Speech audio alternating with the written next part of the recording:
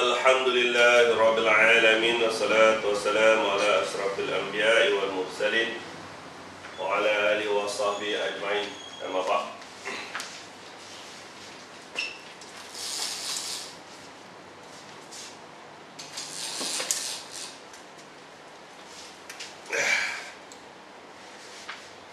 Alhamdulillahirabbil alamin wassalatu wassalamu ala asrafil anbiya'i wal mursalin wa ala alihi wa sahbihi ajma'in. Amma ba'd.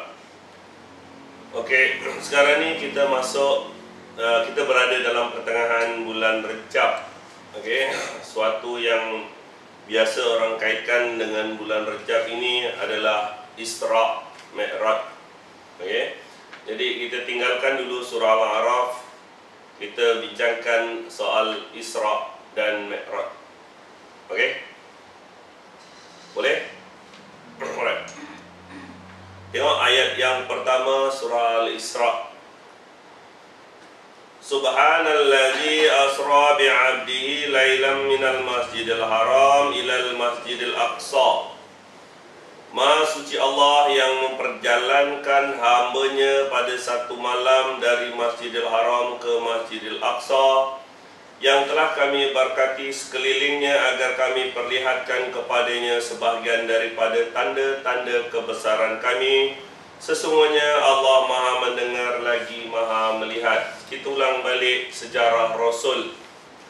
Selepas 11 tahun berdakwah di Mekah, 2 tahun sebelum hijrah, Rasulullah kematian Abu Talib dan juga Khadijah. 2 tahun sebelum hijrah inilah Rasulullah gelarkan tahun duka cita. Abu Talib yang membelanya daripada orang-orang Quraisy mati, isterinya yang disayangi yang telah memperjuangkan agama juga mati. Okey. Ini berlaku pada 2 tahun sebelum hijrah atau 11 tahun kerasulan. Kemudian Rasulullah berkahwin dengan Saudah. Saudah ini adalah perempuan tua janda. Suaminya adalah salah seorang daripada mereka yang berhijrah ke Abyssinia, Ethiopia, kemudian balik ke Mekah selepas terdengar Mekah aman apabila Sayyidina Umar masuk Islam.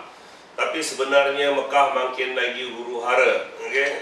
Jadi suami Saudah ini balik ke Mekah kemudian mati. Untuk membela sesama orang-orang beriman, Rasulullah berkahwin dengan isterinya yang kedua yang bernama Saudah. Ketika Isra Mi'raj ini, Rasulullah beristrikan Saudah seorang sahaja. Faham?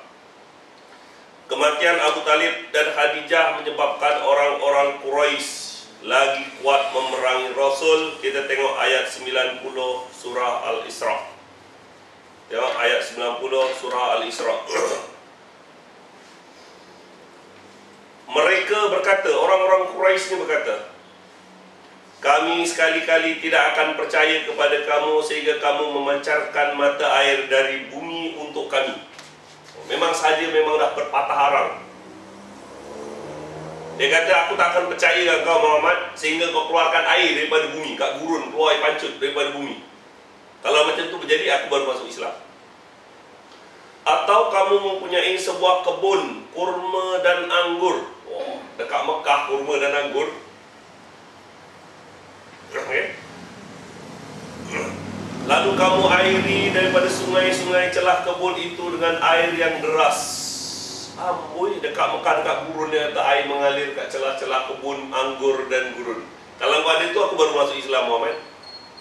Memang berpatah, orang kata berpatah arang. Memang tak mungkin masuk Islam.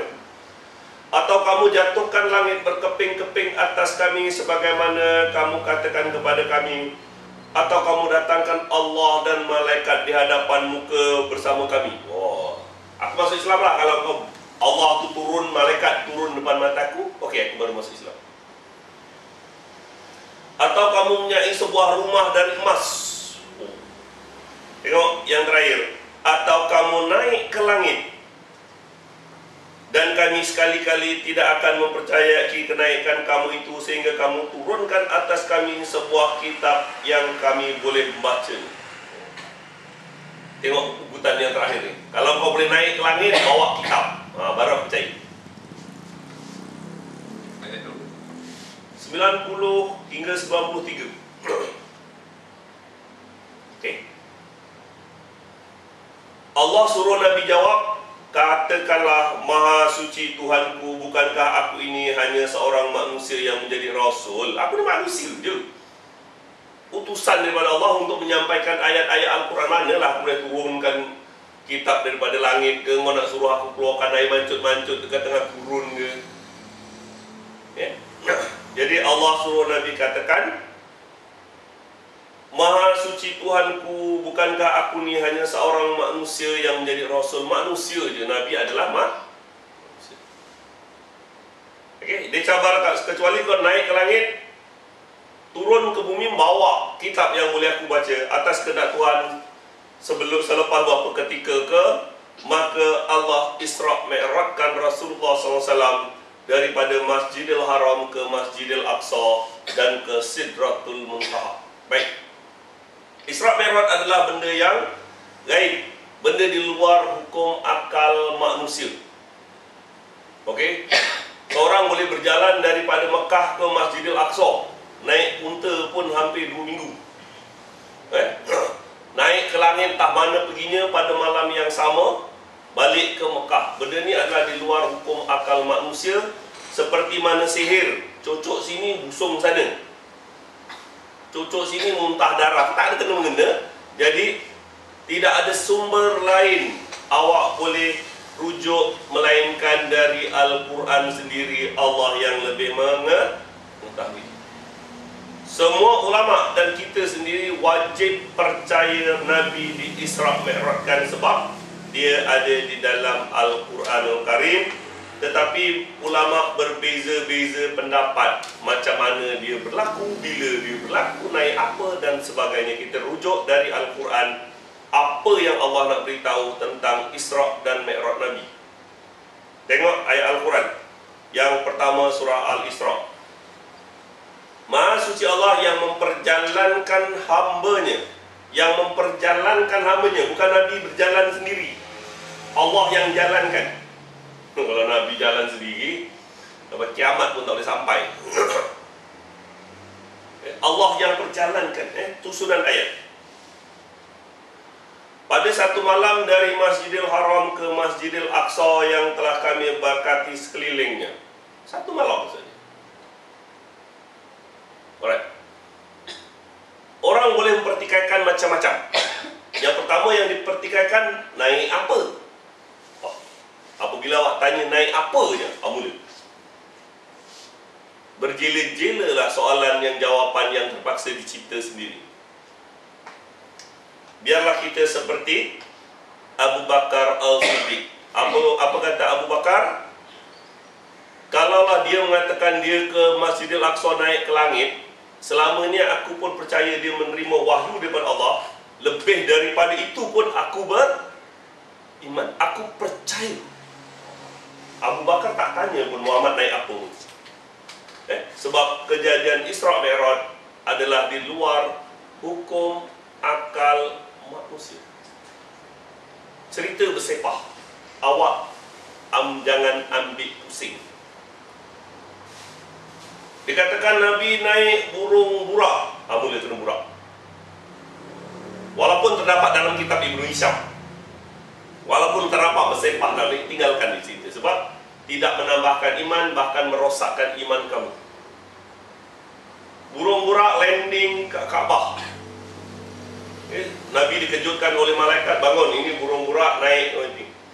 Kalau tengok dalam kitab Husain Haikal, dia kata kepaknya je 7,000 hasta. Kakinya besar mana tak tahulah. Kalau 7,000 hasta mendarat dekat Mekah tu, dengan sekali kibas tepak je dah habis bandar Mekah. Kalau binatang sebesar itu mendarat dekat situ, tentu bergegar Mekah. Ramai yang perhatikan Nabi. Oh, Nabi naik burung dan sebagainya. Oh, burungnya macam gini, orang terkejut, tak payah tanya lagi. Memang benar Nabi naik burungnya. Tak ada siapa yang nampak cerita. Apabila dia dusta sekali, maka dia buat cerita yang lain untuk membenarkan ceritanya. Dia boleh terbang selaju halilintar, sebesar selaju cahaya. Itu sebabnya sekali awak bohong, awak akan bohong pada benda yang lain.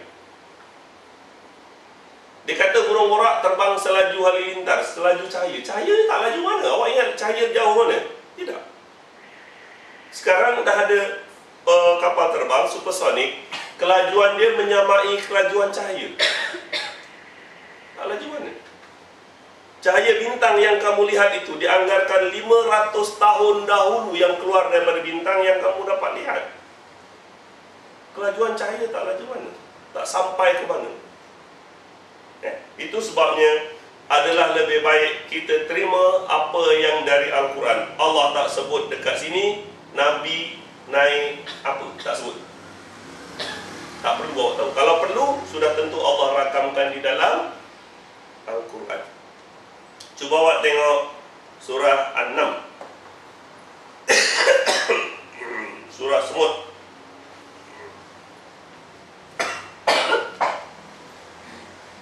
Tunggu tak? Ayat 38. Surah yang ke-27, juzuk yang ke-19. Kisah Nabi Sulaiman dengan Ifrit. Sebenarnya dalam Al-Quran terdapat satu tempat lain berpindahnya benda, makhluk, satu tempat yang jauh di luar hukum akal. Kita tengok ayat 38 kisah Nabi Allah Sulaiman dan juga tenteranya. Nabi Sulaiman ni ada tentera, jin, manusia dan unggas. Sekarang ni Raja Balqis daripada Yaman, Puteri Balqis, sudah surrender, sudah bertolak daripada Yaman menuju ke Baitul Maqdis. Dia dah bertolak dah, mengambil masa lebih kurang dalam 1 bulan perjalanan unta. Okey? Jadi Sulaiman kata, tengok. Berkatalah Sulaiman, hai pembesar-pembesar, siapakah di antara kamu sekalian yang sanggup membawa singgasananya kepadaku sebelum mereka datang kepadaku sebagai orang yang berserah diri? Tengok. Siapakah di antara kamu yang boleh bawa singgasana raja? Raja tempat duduk Raja Balqis daripada Yaman, Sabah tu, ke Baitul Maqdis, ke depan mataku. Sebelum dia sampai. Jangan sampai sebulan lah, sebab Balqis sudah bertolak daripada istananya. Tengok 39 surah An-Nam. Berkatalah Ifrit, yang cerdik dia dari golongan jin. Ini jin. Aku akan datang kepada kamu dengan membawa singgasana itu kepada kamu sebelum kamu berdiri dari tempat duduk kamu. Sesungguhnya aku benar-benar kuat dapat membawanya dan lagi dapat dipercayai. Tengok ayat yang ke-40. Berkatalah orang yang mempunyai ahli kitab, ini manusia, aku akan membawa singgasana itu kepada kamu sebelum mata kamu berkelip. Manusia ini berkata, akan aku bawa singgasana Balqis di depan mata Tuan sebelum Tuan kelip mata.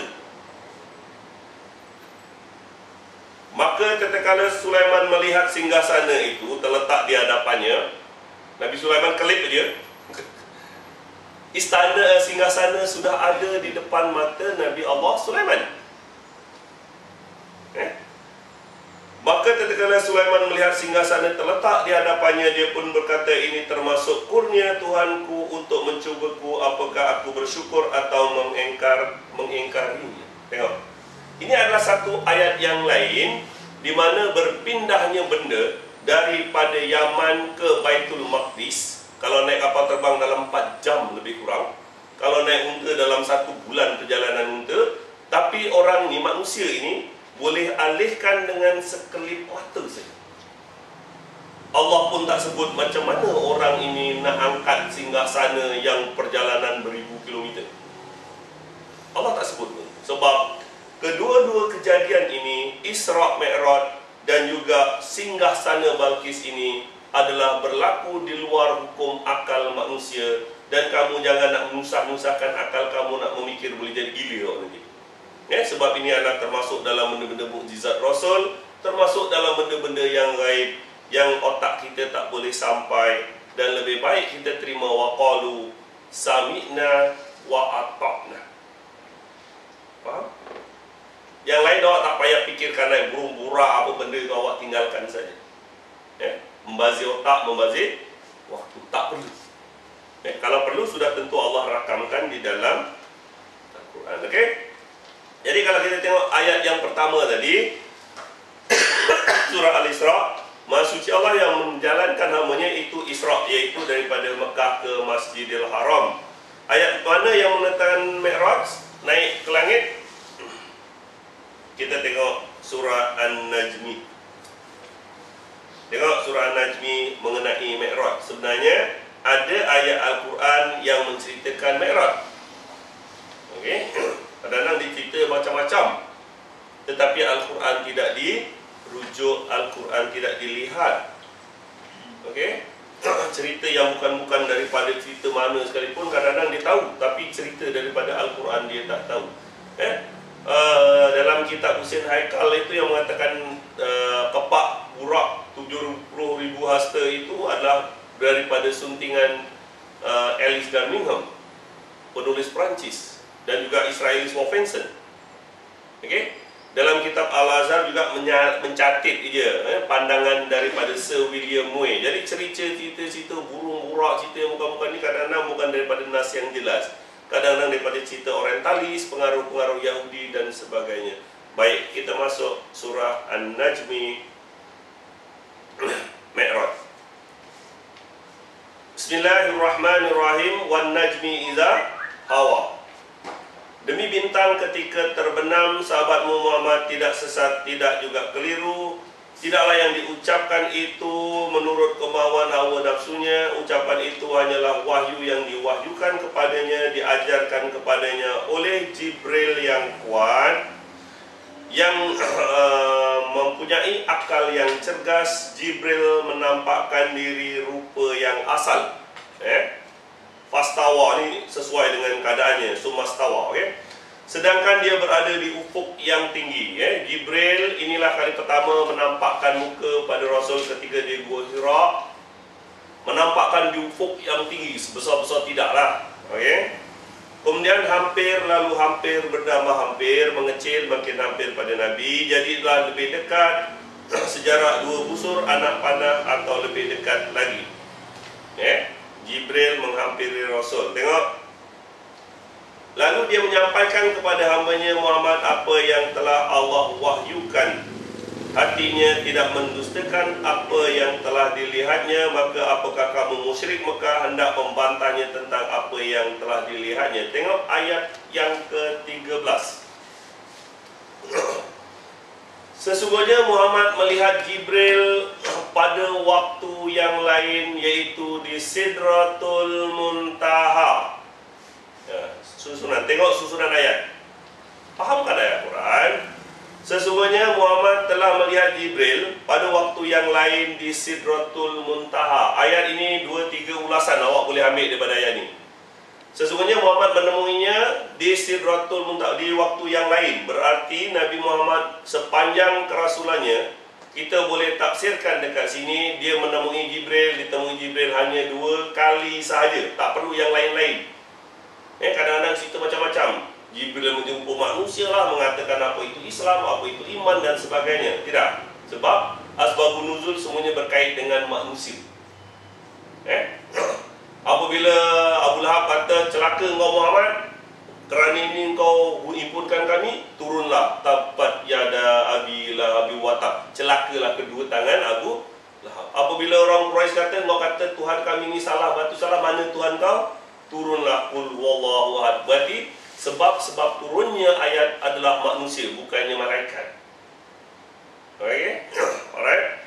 Jadi sebenarnya Muhammad telah menemui Jibril waktu yang lain di Sidratul Muntaha. Cukup. Yang lain awak tak perlu tahu.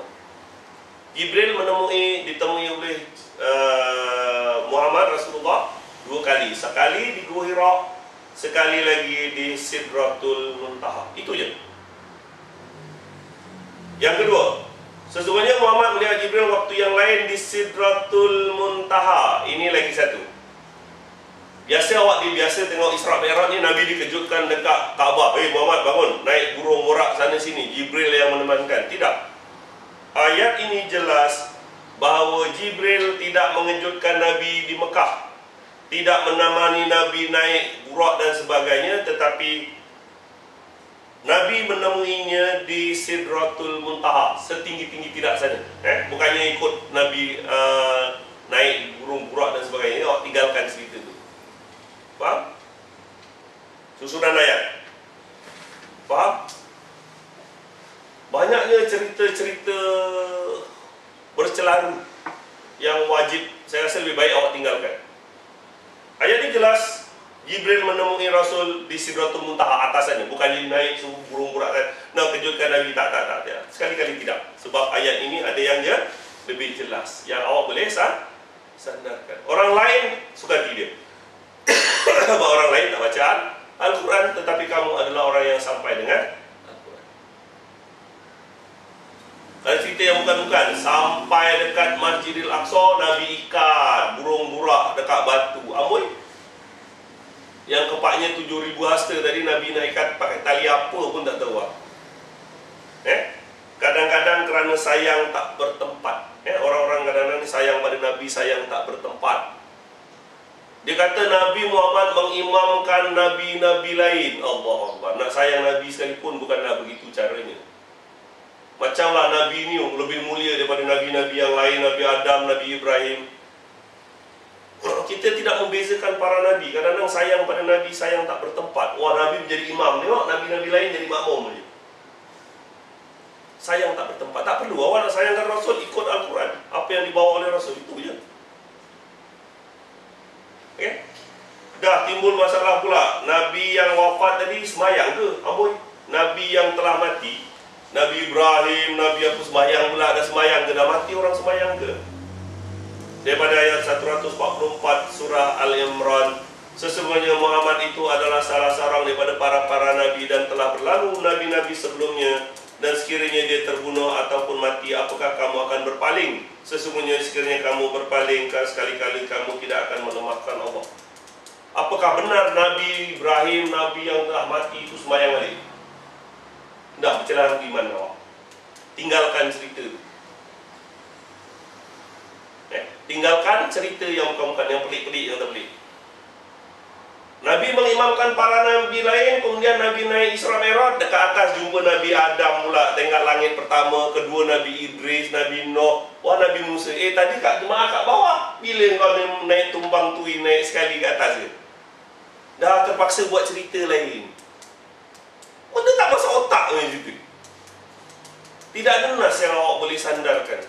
Betul ke Nabi dah mati sembahyang balik? Oh, kalau dah mati sembahyang balik, kita tak payah sembahyang kat bumi, besok dah mati baru kita sembahyang. Macam tu. Cerita macam tu awak tinggalkan. Kejap jadi makmum, kejap ada ke atas pula. Okey? So cerita tu awak tinggalkan. Awak bukannya seperti mereka, kerana kamu adalah orang yang mendengar Al-Quran. Biasanya itu je. Kalau orang tak dengar Al-Quran, ya je. Nabi naik burung borak pakai tali pinggang pedal, kalau tak jatuh. Dengan malaikat Jibril lah yang bukan-bukan cerita, yang 1001 cerita dalam masyarakat kamu. Okey, kita tinggalkan cerita yang bukan-bukan. Cerita malaikat tadi. Yes. Yang kata daripada tinggi besar betul daripada yes. kecil. Itu berlaku di bumi ataupun di aras? Dia ayat mengenai Jibril dan tengok dia mempunyai akal yang cergas dan menampakkan diri rupa asal di aras. Dia apa tu? Di ufuk yang tinggi, berarti di dada langit. Di langit. Nabi dekat Guirot nampak di langit, sebesar-besar tidak. Kemudian dia hampir mengecil. Sejarak 2 meter lebih kurang, 2 busur anak panah. Itu Guirot yang kata Mi'raj. Aras di Sidratul Muntaha. Itu dah lain jauh lagi tidak. Sidratul Muntaha bukan di langit lagi, entah di mana. Ia di Sidratul Muntaha. Di luar langit lagi. Okey, Allah saja yang mengetahui. Okey. Alright. Tengok Sesungguhnya Muhammad telah melihat Jibril di waktu lain di Sidratul Muntaha. Di sebelahnya ada syurga tempat tinggal. Jelas dekat sini Allah perlihatkan Rasul akan syurga. Sudah tentu neraka. Ini lagi satu cerita Nabi diperlihatkan macam-macam. Ada orang yang makan batu, ada api masuk keluar lah. Ada yang perempuan disangkut payudara lah, dicangkuk kerana mengundang lelaki lain dan sebagainya. Cerita macam tu pun lebih baik kamu tinggalkan. Cukup apa yang dari Al-Quran. Syurga apa dia? Wanita bermata jeli, buah-buahan yang dekat, permaidani, pakaian daripada sutera hijau yang tebal, kamar yang tidak memabukkan, susu yang ditapis dan sebagainya. Apa yang ada neraka cukup. Dibakar sampai tak hidup tak mati. Okey, terbakar diganti dengan kulit yang baru, diazab tak henti-henti, mendidih sampai dibakar dan sebagainya. Cukup apa yang dari Al-Quran. Awak tak perlu tokok tambah. Jangan nak tokok tambah konon nak menambahkan ngeri, tak perlu. Sebab azab Al-Quran yang ada sudah cukup mengerikan bagi orang yang beriman. Awak tak perlu tokok tambah yang lain-lain. Rasulullah bersabda tentang surga neraka ni, apa kata Rasul? Tidak pernah terpandang dengan mata, tidak pernah terdengar oleh telinga, tidak pernah terlintas oleh hati betapa hebatnya syurga dan betapa dahsyatnya neraka. Awak jangan buang masa cerita-cerita apa benda. Cukup apa dari Al-Quran. Faham? Faham? Faham? Ada faham tak? Tengok. Di dekatnya ada syurga tempat tinggal Muhammad, melihat Sidratul Muntaha diliputi oleh sesuatu yang meliputinya. Penglihatannya tidak berpaling dari yang dilihatnya dan tidak pula melampauinya. Tengok. Ketika Sidratul Muntaha diliputi oleh sesuatu yang meliputi. Apa yang meliputi? Wallahualam, tak tahu. Setengah ulama katakan cahaya, kabus ataupun sebagainya. Tetapi ini memberi gambaran bahawa Rasulullah SAW tidak melihat zat Allah. Perlu ingat yang dikatakan Sidratul Muntaha ditutupi itu, Rasulullah tidak melihat zat Allah. Ini kadang-kadang dikata Nabi berdepan dengan Tuhan, berbicara terus. Minta kurang sembahyang ya Allah, 50 banyak berat sangat. Ayat yang dikatakan Sidratul Muntaha ditutupi oleh sesuatu yang menutupi ini memberi gambaran bahawa Rasulullah tidak melihat zat Allah. Mesti awak pegang. Sebab awak tengok surah Asy-Syura sana. Cuba tengok surah Asy-Syura. Surah Asy-Syura. Surah Asy-Syura. Cuba tengok surah surah yang ke-42.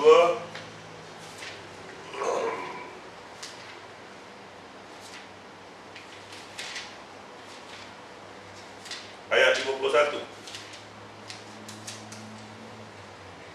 Okey, tengok.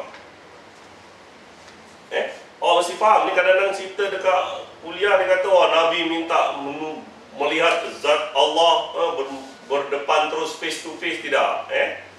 Tengok ayat 51. Tidak ada bagi seorang manusia pun bahawa Allah berkata-kata terus dengannya.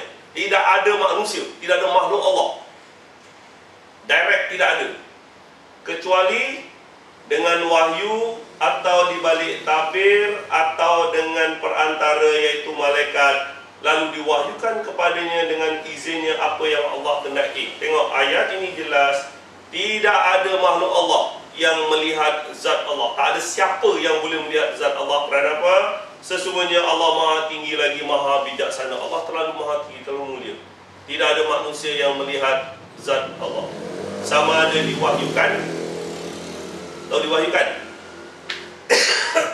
terus dalam jiwa Nabi. Terus dalam jiwa. Seperti mana dalam surah An-Nahl, dan kami wahyukan kepada lebah. Diilhamkan terus dalam jiwa lebah. Atau di balik tabir. Di balik tabir ini kisah seperti Nabi Musa. Allah berfirman, apa di tangan kamu itu ya Musa? Ini adalah tongkat untuk gembala. Lemparkanlah, nescaya dia menjadi subhanun mubin. Itu suara je yang keluar.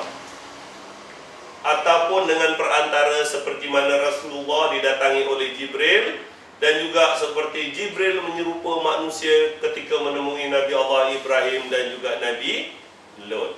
Okey, balik kepada surah An-Najm mengenai Mi'raj.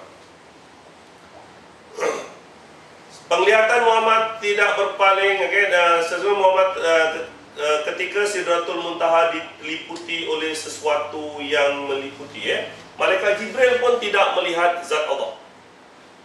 Cuba tengok okey, ayat 10 daripada surah An-Najm tadi. Lalu dia menyampaikan kepada hambanya apa yang telah Allah wahyukan.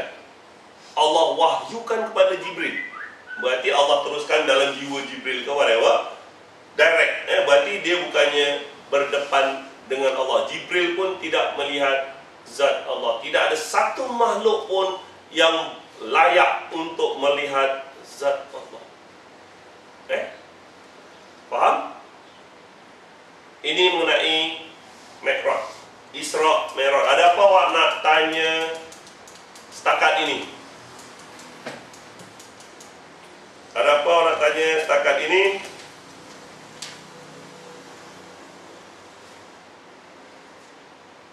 Cepat, ada apa nak tanya sebelum kita lanjutkan yang seterusnya?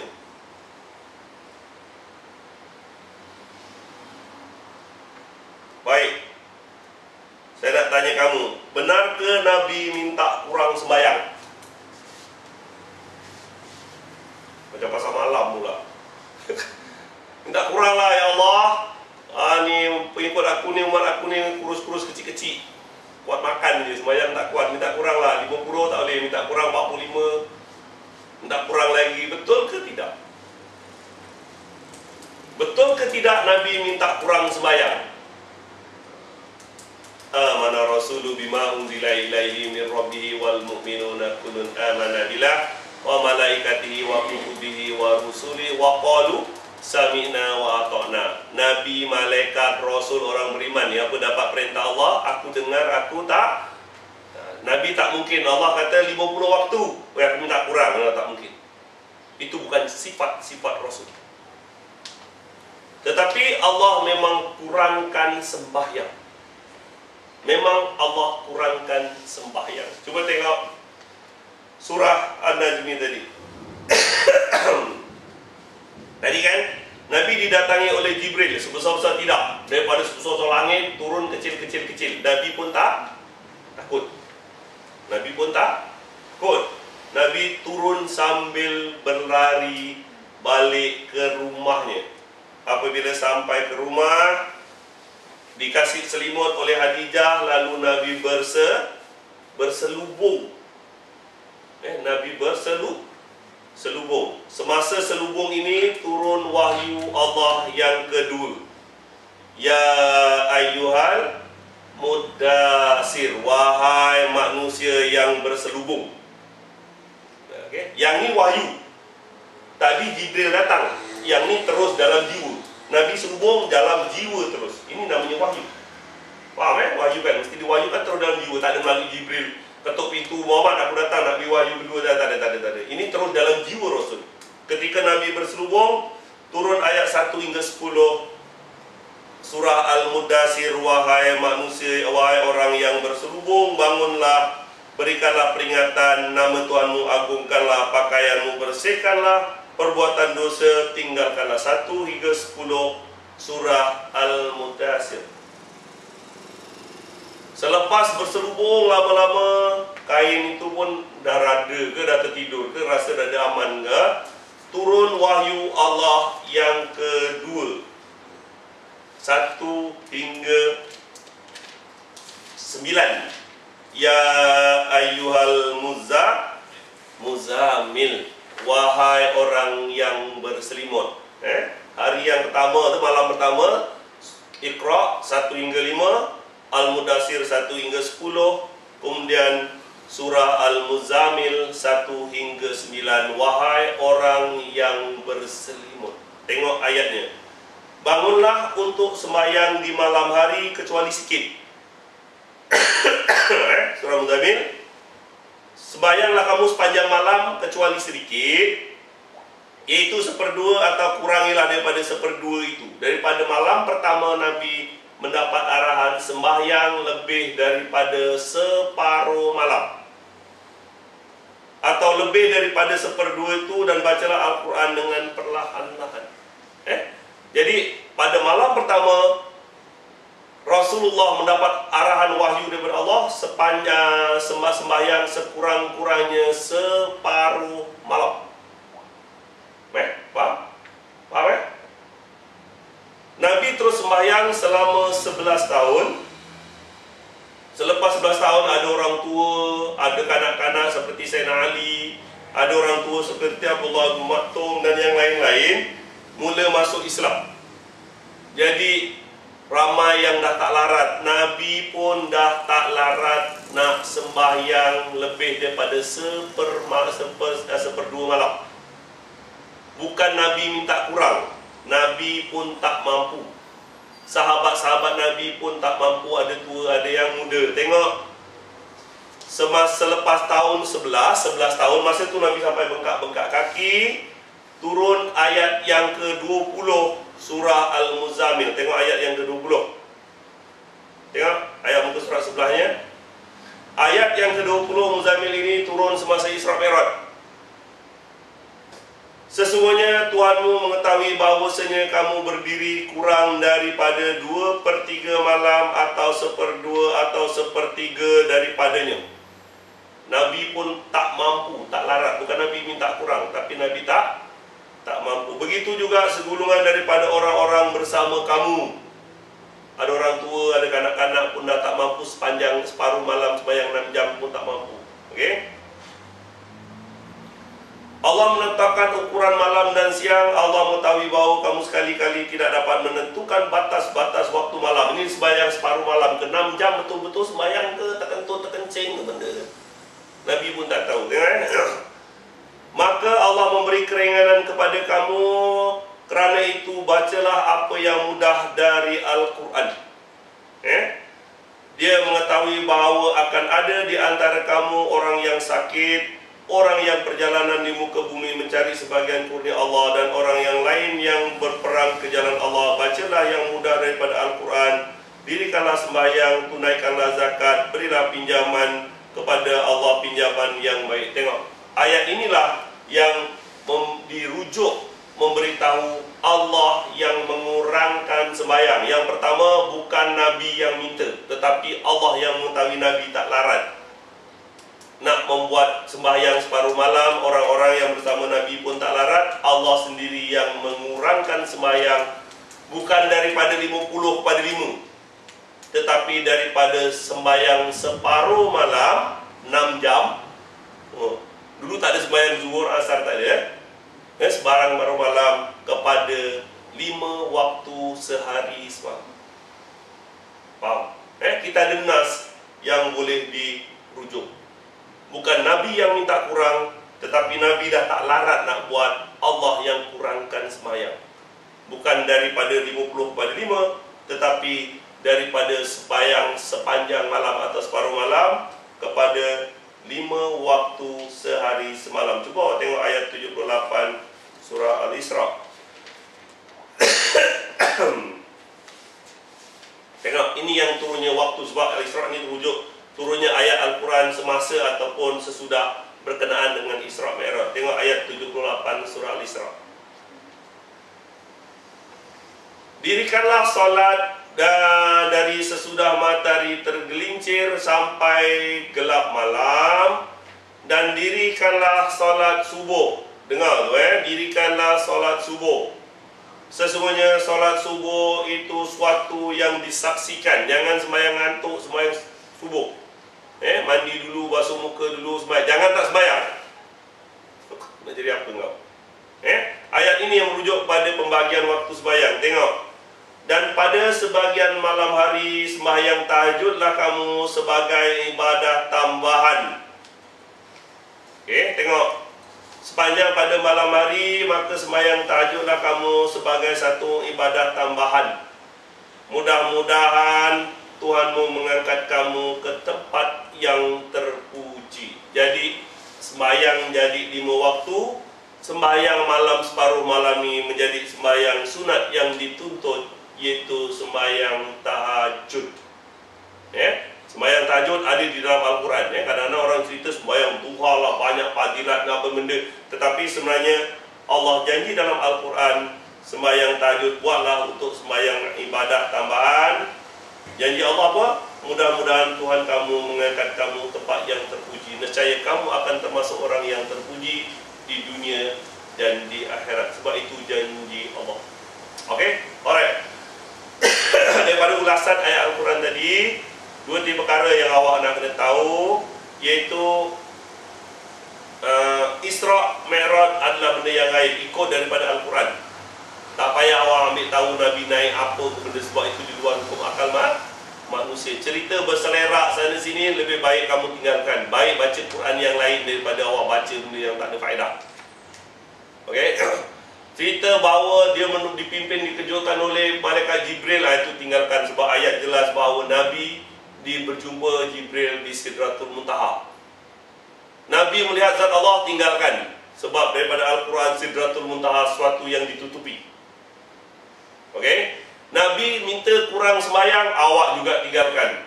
Menambahkan awaknya, bukan menambahkan iman, melemahkan iman kamu. Yang ada Nabi tidak mampu, orang-orang Islam tak mampu untuk sembahyang sepanjang malam, dan bukannya dikurangkan daripada 50 kepada 5. Dikurangkan daripada sepanjang sembahyang separuh malam kepada 5 kali sehari semalam. Dan yang satu lagi peringatan terakhir dekat sini, sembahyang malam itu dulu diubah menjadi satu yang sunat yang dituntut, iaitu sembahyang tahajud. Faham? Ada apa tak faham? Ada apa tak faham? Banyak cerita-cerita membazir waktu dekat luar. Dan cerita Nabi dinampakkan sana sini, dan awak tinggalkan. Cukup apa yang daripada Al-Quran. Sebab Allah perlihatkan di surga, Allah perlihatkan di neraka. Apa yang ada dalam Al-Quran, surga, neraka, cukup untuk kamu supaya kamu jadi beriman. Kalau kamu memang tak nak beriman, kau cakap apa sekalipun, malaikat duduk depan mata pun kamu tak nak beriman. Ada apa nak faham boleh? Tepat, hari ini kita mengenai Isra' Mi'raj. Setengah sejarah berlaku pada 27 Rejab, 2 tahun sebelum tahun Hijrah. Kadang-kadang dia cerita, orang yang tak faham cerita, dia kata pada malam tu Aisyah kehilangan Nabi, Nabi tak ada tempat tidurnya. Orang ni berarti tak tahu sejarah. Sebab Rasulullah bercampur dengan Aisyah selepas hijrah di Madinah. Benda Isra' Mi'raj berlaku 2 tahun sebelum hijrah. Okey, ada apa nak tanya? Jangan kamu dibuai oleh mimpi-mimpi, cerita-cerita yang bukan-bukan, yang tak ada faedah, tanpa merujuk daripada Al-Quran dan Sunnah Rasul. Jangan. Masa kamu begitu berharga, rujuklah Al-Quran. Mudah-mudahan Allah akan pimpin kita ke jalan yang benar, sebab Al-Quran itulah yang dikatakan sebagai hudal linnas wa bayanatil minal huda wal furqan.